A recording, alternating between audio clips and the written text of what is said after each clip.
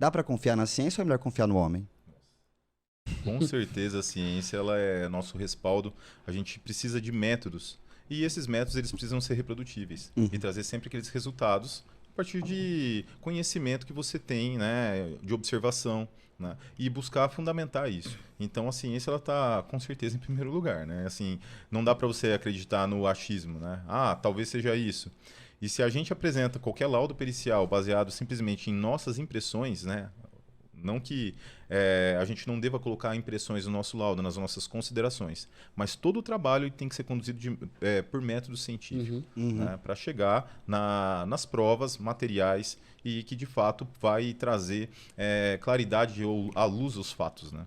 Mas eu imagino até que em determinado momento, principalmente, ainda mais você, por exemplo, que já tem uma carreira e tudo mais, já tem uma familiaridade com isso, em dado momento o feeling, assim, a impressão ela ajuda um pouco, Sim, né? Ela sim. azeita no processo, ela ajuda você a chegar nas respostas mais rápidas, talvez. Claro, claro. Eu costumo falar que assim, a cada dia que passa, a cada plantão que a gente faz, a gente se torna mais perito, né? Então assim, você imagina ao longo de 30 anos, às vezes quando tem um colega que tem 30, 35 anos de casa, né? Imagina a quantidade de ocorrências que esse colega já atendeu.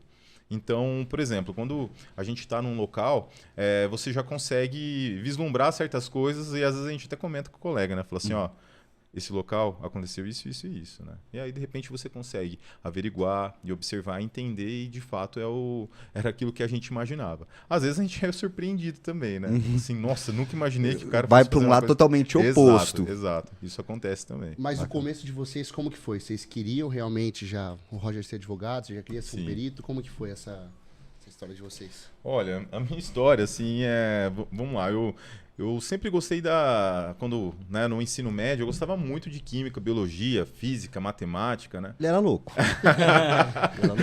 Aí o que acontece? Aí tinha um colega meu, ele é exatamente a face oposta, né?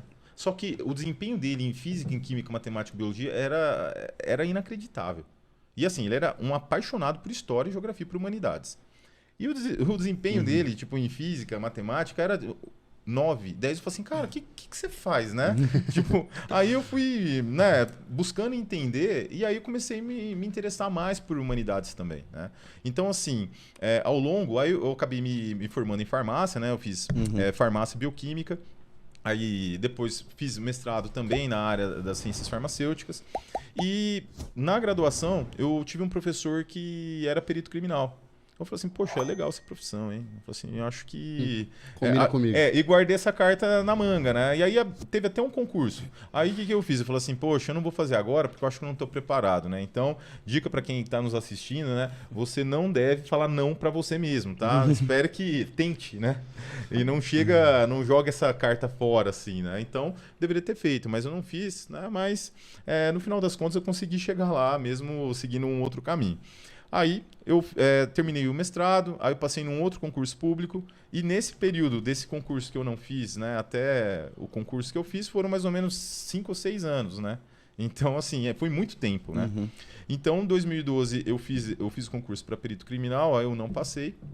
Depois, em 2013, teve um outro concurso que foi na sequência, aí eu consegui ser aprovado, né? E tô feliz e tô executando a profissão que eu imaginei, né? Que um dia eu acabaria trabalhando com isso, né? Deu certo, então. Deu certo, Tudo deu certo. E já no caso do Roger, eu sei que teve um pouco de contratempos, né? Essa história foi mais... Eu também sempre tive, assim, tive uma inspiração muito grande em casa. Meu pai era coronel da Polícia Militar aqui de Rio Preto, tenente-coronel. Então, ele sempre foi uma pessoa muito voltada aos estudos. Ele e minha mãe também, ambos concursados.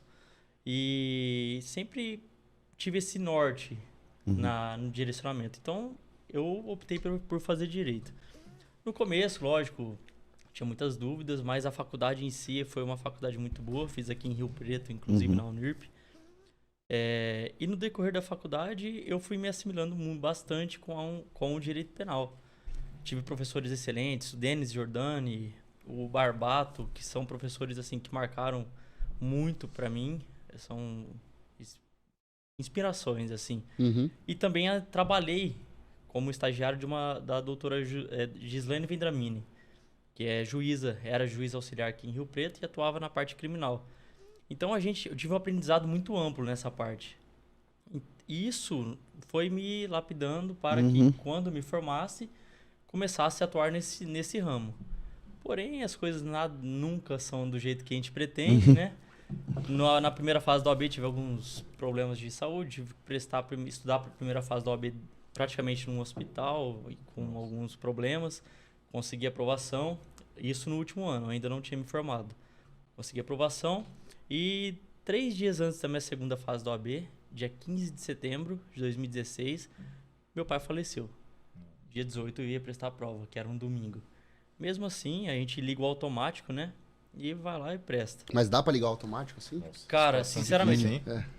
eu falo uma coisa. Eu acho que assim, a preparação é o fator predominante. Quando você está preparado, não importa o que aconteça. Se você manter seu foco ali no agora, você consegue atingir seu objetivo. E eu não poderia deixar esse objetivo de lado. Até porque eu fiz faculdade particular. Meu pai e minha mãe que me deu essa oportunidade. Então, eu não poderia deixar essa oportunidade de lado.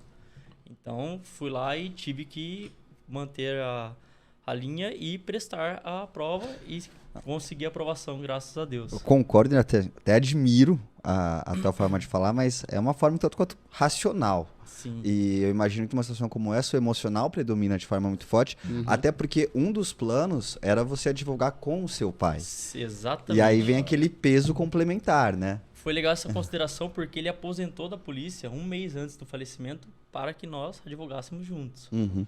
E a gente ia começar, então eu tive que ressignificar posteriormente todo aquele porquê eu fiz direito. Então eu tive que ressignificar todo aquele contexto Uhum. na minha cabeça. Aí, com o tempo, fui assimilando as coisas, lógico. Você liga o automático, mas o automático uma hora chega ao fim e começa a vir o peso do sentimento. Uhum. Na hora eu tive que agir, então eu fui lá e fiz. Aí terminei a faculdade, tive que entrega do TCC nas semanas posteriores e tudo mais. Mas na hora que o peso vem forte. Então, assim, mas a gente tem que tentar fazer o máximo para atingir nossos objetivos. Eu acho que isso é o mais importante. Tem até uma filosofia bem interessante que fala sobre isso, sobre o agir mais racional do que com o emocional, que é o estoicismo, né? Que você é adepto, né? É uma filosofia que eu considero muito na minha vida, Uhum. principalmente na prática. Eu acho que o estoicismo ele é muito interessante. A gente vai falar um pouco mais sobre ela, Beleza. mas antes de a gente chegar nesse ponto, eu queria que a gente explicasse um pouco da sua atuação no direito. Porque, para ficar claro para todo mundo, quando você vira advogado, você pode atuar em várias frentes. Você Todas pode as ser um áreas. advogado tributarista, Exato. tem trocentas áreas. Você escolheu uma específica. Exato. Como eu disse, como eu tive uma assimilação muito grande com direito penal, processo penal, eu sempre me identifiquei muito com essas áreas. E também na parte prática, trabalhando com a doutora Gislaine Vendramini, eu criei uma facilidade muito grande com a matéria. Então, e no direito, o legal é que você se forma, passa no OAB e você não precisa fazer especialização para atuar numa área específica. Porém, eu quis buscar um pouco mais de conhecimento, fiz uma pós-graduação em Ciências Criminais e, através disso, comecei a aperfeiçoar mais a parte criminal, consegui dar um atendimento com maior qualidade. Porque no começo você sai da faculdade, quando você não tem ninguém na família que é advogado, você fica perdido. Uhum. Você entra num túnel escuro e vai indo reto.